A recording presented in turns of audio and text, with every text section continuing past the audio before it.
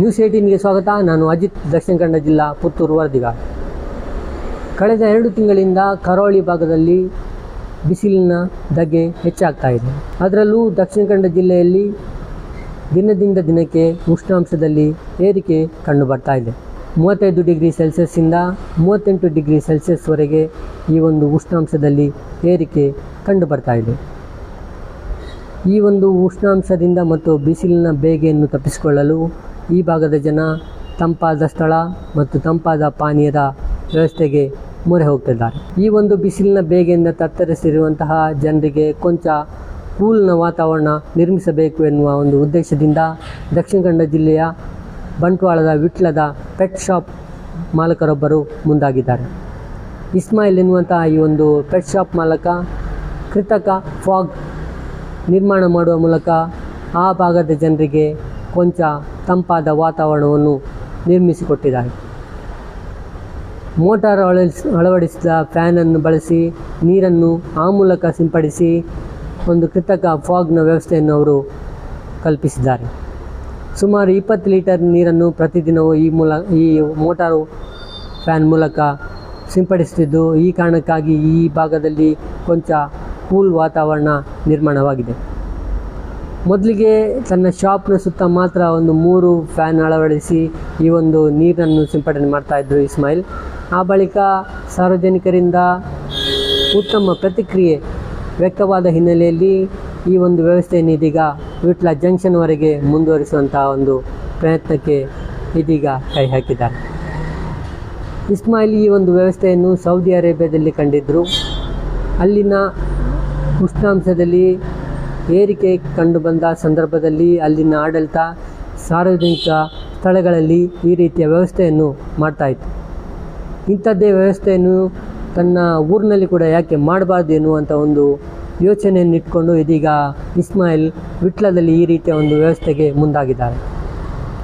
ಹೆಚ್ಚು ಉಷ್ಣಾಂಶ ಇರುವಂಥ ದಿನಗಳಲ್ಲಿ ದಿನಕ್ಕೆ 5 ರಿಂದ 6 ಗಂಟೆಗಳ ಕಾಲ ಈ ಒಂದು ಮೋಟಾರ್ ಮೂಲಕ ನೀರನ್ನು ಸಿಂಪಡಿಸುವ ವ್ಯವಸ್ಥೆಯನ್ನು ಇಸ್ಮಾಯಿಲ್ ಮಾಡ್ತಿದ್ದಾರೆ. ಮತ್ತು ಕಡಿಮೆ ಉಷ್ಣಾಂಶ ಇರುವ ಸಂದರ್ಭದಲ್ಲಿ ದಿನಕ್ಕೆ 3 ರಿಂದ 4 ಗಂಟೆಗಳ ಕಾಲ ಈ ಒಂದು ನೀರನ್ನು ಸಿಂಪಡಣೆ ಮಾಡ್ತಾ ಇದ್ದಾರೆ.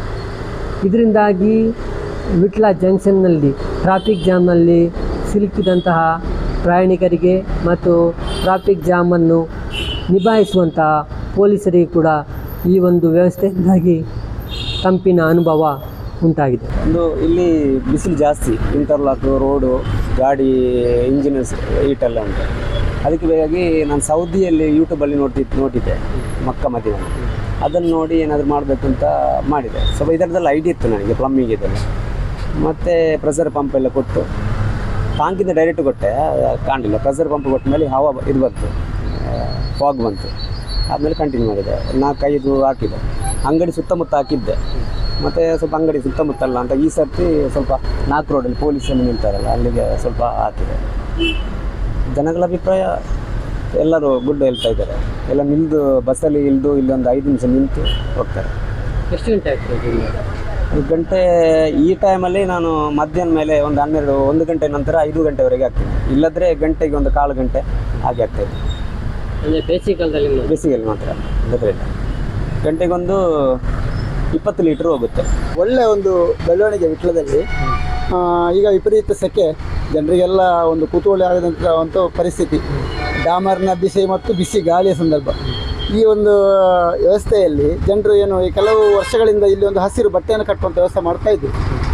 ಅದೊಂದು ಹೊಸ ಒಂದು ಪ್ರಯೋಗ ಆಗಿತ್ತು ವಿಟ್ಲದಲ್ಲಿ. ಈಗ ಅದು ಮುಂದುವರಿದು ಇಲ್ಲೊಂದು ನೀರಿನ ಹನಿಯನ್ನು ಇಲ್ಲೊಂದು ಸ್ಪ್ರೇ ಮಾಡ್ತಾ ಇದ್ದಾರೆ. ಇದು ತುಂಬ ಖುಷಿ ಆಗ್ತಿದೆ. ಸಾರ್ವಜನಿಕರು ಈಗ ಸ್ವಲ್ಪ ಹೊತ್ತು ಇಲ್ಲಿ ನಿಂತೇ ಹೋಗ್ತಾರೆ. ಹೋಗುವಾಗ ಅವ್ರಿಗೊಂದು ತಂಪಿನ ಅನುಭವ ಆಗ್ತದೆ.